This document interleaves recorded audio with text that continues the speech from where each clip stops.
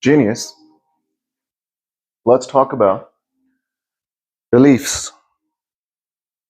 So transitioning from old beliefs to new ones. What are the steps that you can take? And what are the challenges? So I've been hearing a lot of you guys that have been meditating for years and years and years, and have been releasing for years and years and years, and you still have this old self, these things that pop up. The lack, living in lack, unworthiness, not being able to heal yourself. And you've been doing the work for years. Well, not with me, but on your own, or not with anyone, but on your own. You see, when you're a child, before you're 7 years of age, you are in consistent theta all the time, right? And you have no control on the fact that you're getting programmed all the time. That's why it's not healthy for children to consume too much online stuff, because they will get programmed.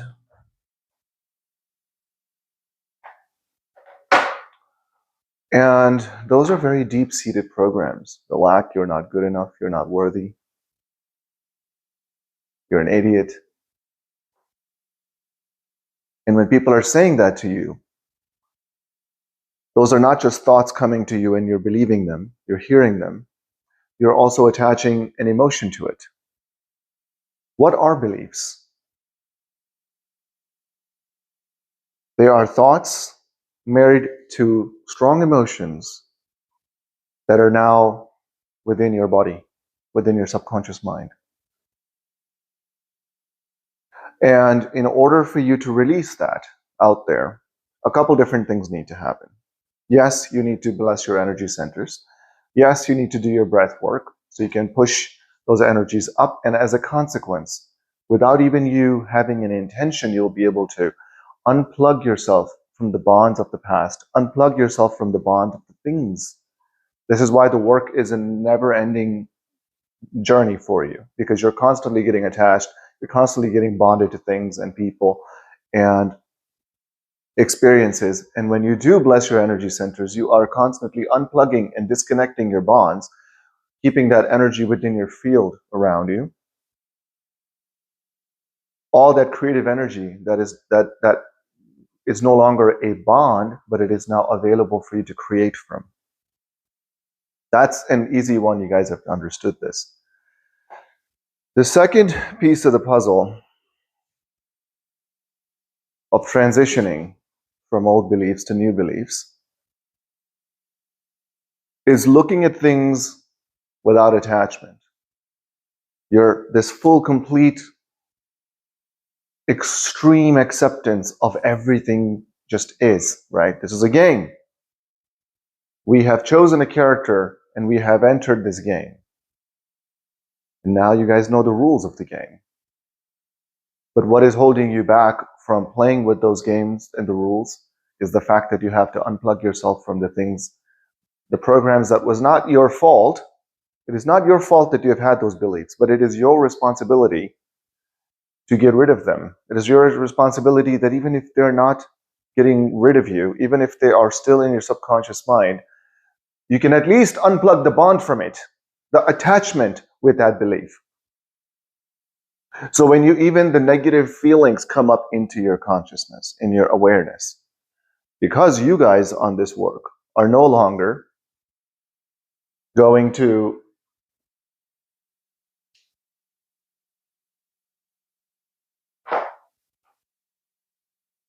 you will no longer associate yourself with negative feelings, but you'll look at it, right? Oh, hi there. And without attaching any emotion to it, you're just observing it. I'm feeling bad. Look at that. Oh, I'm feeling negative emotions. Look at that. And you're just looking at it as it's a visitor. It's not you. You're not attached to it emotionally. You're not going to sit there and be like, poor me.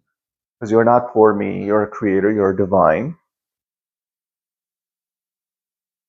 And you can call it pure consciousness, you can call it Christ consciousness. And you will understand you're getting closer and closer to that when you feel love and blessings for your strangers. When you begin to feel bad for people that otherwise would have been upsetting you in some way. And you start to feel bad for them. Even though they're angry, they're flicking you off, road rage, telling you you're not good enough, telling you what is wrong with you. Why are you meditating so much? This is stupid, right? What do you mean you're going to heal people? What do you mean you can heal yourself? What do you mean all this? And you're just feeling bad for them, the sleepwalkers. Of course you're feeling bad for them. And when you are just feeling love, you're feeling bad for them, what is happening? You are disconnecting from almost all of the bad emotions. And when you do feel love, you sort of swim in it. You let it grow. You close your eyes when that happens and you smile and you take a deep breath and you're like, yes, yes. And it is slowly training your mind, the body, your subconscious mind, to automatically bring those up and automatically elevate those emotions. And you're having these strong bonds to it. So you can feel it more and you can feel it automatically without you bringing it up. And it makes it easier when you're having a guided meditation and the instructions tell you to bring up your elevated emotions, right? You first expand your awareness, you take the attention off of your body, you get into the outside of space and time, you become pure consciousness, and when you do, now you want elevated emotions. And when you do have those elevated emotions, you can then attach them to your intention. You can then attach them to your desire. Healing, abundance, a new job, a relationship, partners, whatever. And now you are actively creating things by having thoughts and intentions attached to your emotions, and you're putting those into your body. And you are disconnecting yourself from the past, the traumas, the people. And without realizing it, those negative beliefs are going away. And every time you have these intentions of worthiness and healings, and you're actively putting things into your body, and at the same time you're cleansing your body of the low emotions. Why? Because you're pushing the energies from the lower centers to higher centers. And when you do that, the lower center frequency is wider, so slower. And as it moves up, goes from 5 and up, the frequency shrinks and that speeds it up. So it becomes a high vibrational, high frequency energies that are now affecting your pineal gland and 7 and 8 and up. So while you're working on this stuff, while you're crossing the river, while we are on this journey, you're consistently having those two steps, putting in your beliefs that you want in you and releasing the ones that you don't. And it is very uncomfortable initially. What happens when you're doing this? It is very uncomfortable when you release the lower vibrational energies and beliefs within your system. It'll make you sick. You'll throw up. Jealousy is another one. Have you ever fallen in love with somebody? Have you ever had a relationship with someone? And God forbid they're talking to somebody and you're just jealous. And you become so jealous in some cases that you don't even care what the gender of the other person is. It doesn't matter if he's talking to or she's talking to her best friend, right? Or his best friend. And the jealousy is there. I want your time. These unhealthy attachment issues. All of these things are holding you back from actively creating the future realities that you want to experience. You're only here for so long. And when you get closer and closer to Christ consciousness, pure consciousness, when you can do that with your eyes open, with your eyes closed, very high vibrational energies all the time, your baseline energies, your dominant, consistent energies of your life begins to increase. You might go from 2 out of 10 energy normally to 6 or 7 out of 10. Now imagine you're starting your meditation from 7 out of 10 instead of 2 out of 10. How much easier would it be for you to create? How much easier would it be for you to release the old beliefs that are holding you back? A lot of you guys have been thinking, well, I've been doing this for years, and here's what's not happening, here's what's happening. So I'm going to give you an excuse, okay? I'm going to say, ever since you started to do this journey with me, those of you that are doing it with me, pretend you have not done anything in the past. You were just warming up. You haven't done the work. You haven't gotten into the river yet. And you met me, we got into the river together. And we're starting fresh. We're starting away. You know? Some of you guys are wondering, how long does it take? It takes no time. And for some people, it takes a long time. For some people, within the first week of crossing this river, they surrender so much, they release so dramatically, so violently, that yes, they'll get sick, but then afterwards, they're doing magic. Instant manifestations, instant healings, spontaneous remissions. And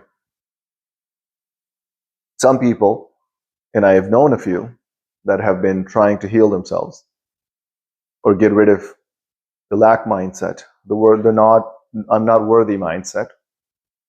And it took them 2 years of doing multiple meditations per day, and also getting trained with and by advanced meditators.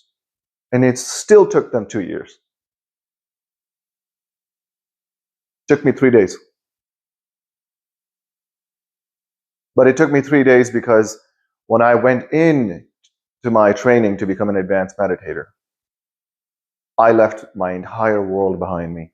I didn't even think about the world until I was done with the training. And when I left outside, when I came back outside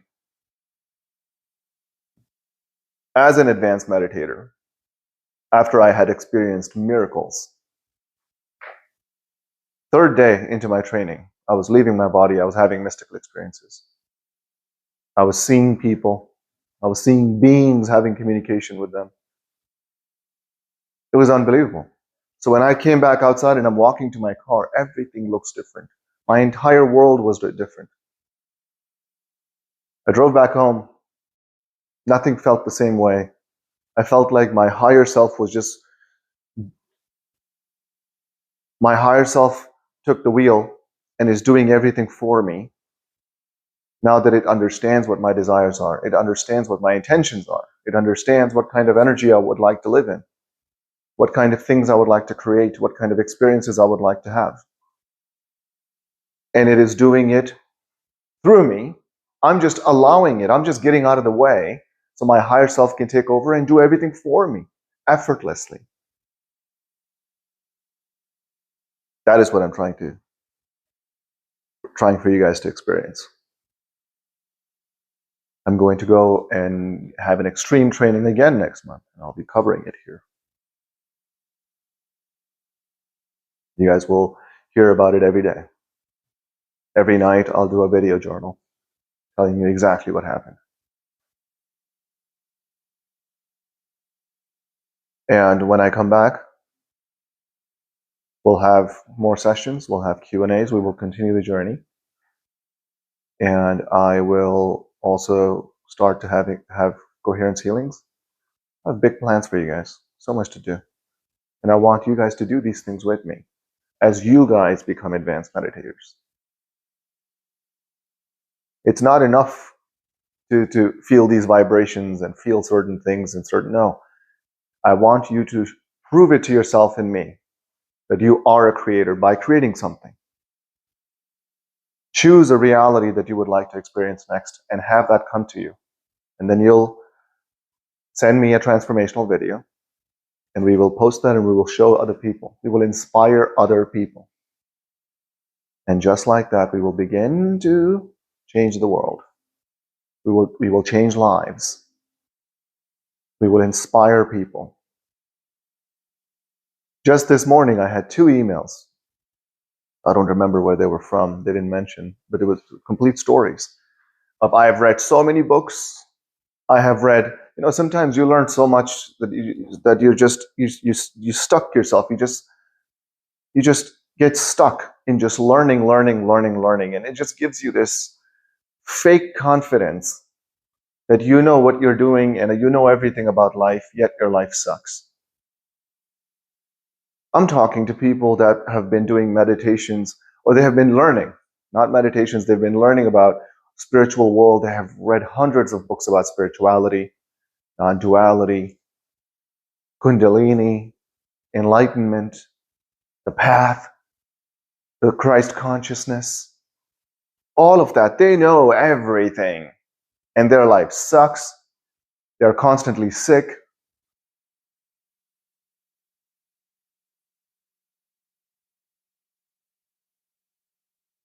And almost all of them tell me, it's a very consistent trend that I've been reading with all the emails and all the messages that I'm getting, that I was on and off doing meditations. I would do 15-minute meditations. I would do 30-minute meditation. And I did it and nothing was working. And I've been sick and I've been depressed and I'm always short of breath and I have all these other issues, and I'm also living in lack, and I'm having bills issues, and I don't get along with certain people in my life and all. Oh my goodness.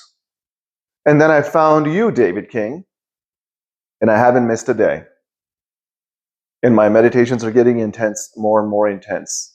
And I keep watching your Q&A. And for some reason, a lot of you guys, when you just feel down and sad, when your vibration is going down, you watch my Q&As, or you just watch me talk to you. And somehow it raises your energy. Why? Perhaps because I feel so much love when I give you this information. I'm so excited to show you what is possible. I just want to hold you and shake you and wake you up and just tell you, you have no idea what you're capable of. Darn it. And then they said, okay, I haven't missed a single day. I found you a month ago. I've been watching all your videos, and I started meditations 10 days ago very consistently. And I'm listening to all of the things that you're telling me to how to think and how to practice and how to put these things in play when I'm in the play box. Because you guys have spent your entire life in the think box. All you do is just learn, and just go back to doing nonsense.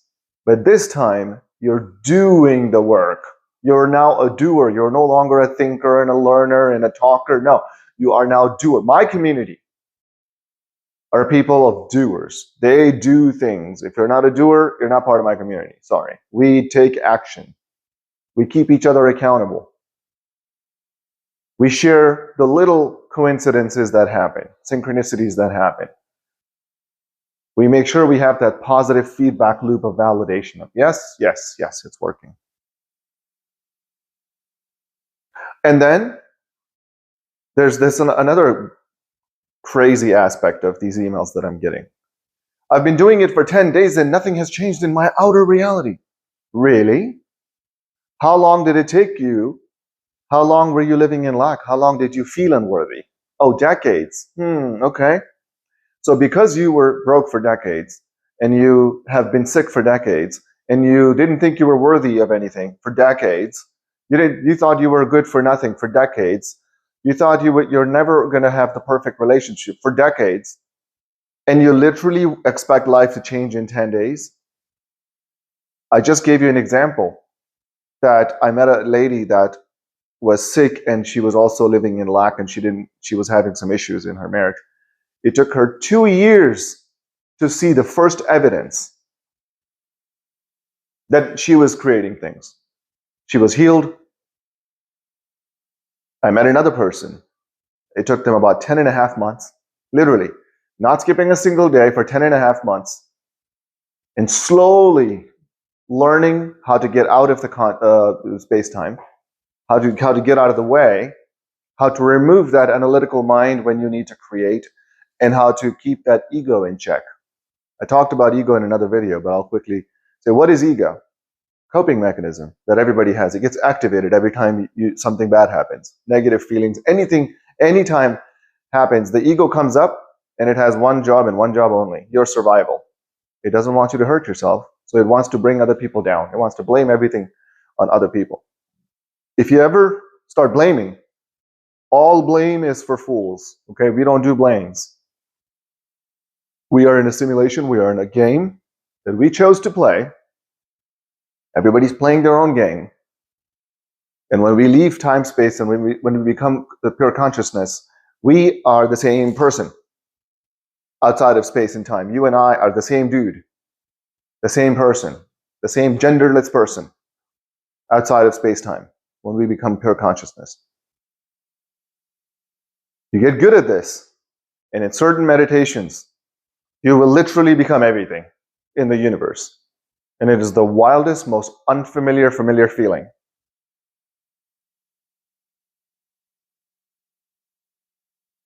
The mystical experiences, when you go outside of space-time, and you'll be there for days, weeks, months, years. And then you'll come back, and you would be still in the same meditation. It would have only been 15 minutes, 30 minutes, an hour. Sometimes in meditation, you will feel so much love that you will have a full body orgasm within a meditation. And you won't even be listening to the guided meditation anymore. You won't even be paying attention to the music anymore. You would just be in this pure bliss of love. And that's when spontaneous remissions happen. That's when instant manifestations occur.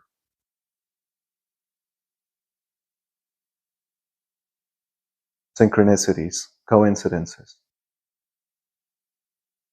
And all the beliefs would have washed away, other than the fact that the truth has now been installed into your body. What is that truth? That you are love. You are worthy, because you always were love and you always were worthy. So when you get these bad beliefs out of the way, what is left? What is left behind is just the truth. What is the truth? You are pure consciousness. You are pure love. You are worthy. You are divine. You are a creator. They aren't really beliefs that you need to install into yourself. They are just there. That is who you always have been. That is all that happens when you have an enlightenment. You see it in such clarity when you go outside and you're meeting people, when you're having communication with them. Your mind is not processing how much melanin they have in their skin, or what color their eyes are, or what, if you like their, whatever. You'll just be looking right through them, the beauty, divine in them. You'll be seeing the divine in things. And when you look at things differently, when you change the way you look at things, the things you look at will change. Because you're coming from this pure love. You're coming from this pure worthiness. You're coming from this pure creator, this divine you. And when you look at things from that aspect, all you do is attract that. And then you repel things that are completely not that. There's this extreme state of vulnerability that happens. How many times have I thought that I was almost embarrassing myself on camera by doing breath work? And I would close my eyes and I would go into theta and I would start shaking, and I'm like, I'm not good enough to feel embarrassed. And I'm just this, from a spiritual standpoint, I'm just this naked, vulnerable me, just what I am. And I'm just there. Because that is the true me. That is who I always have been. So when you cleanse yourself from these bad beliefs, what is remaining is the foundation. The foundation you, the divine you, the creator you, the worthy you. You are all, you are it. You have everything, you have it all. When you just reveal yourself to yourself, then everything is yours. And then you begin to start attracting, you create this roadmap of experiences that you want. I had an intention that I want to do something. I want to create a purpose. I want a mission for life. Something greater than me that I can work on. That can drive me, that can make me jump out of bed in the morning. and I can just do that and focus on that. That was my intention. I wasn't looking at LinkedIn and careers and no, this was my just intention. I was like, my higher self, go figure it out for me. Find me something. And I found it. You're looking at it. We're going to be manifesting a lot of things, guys. We're going to be healing people together. This is just the beginning. Ask me questions about belief. Thank you, Aman.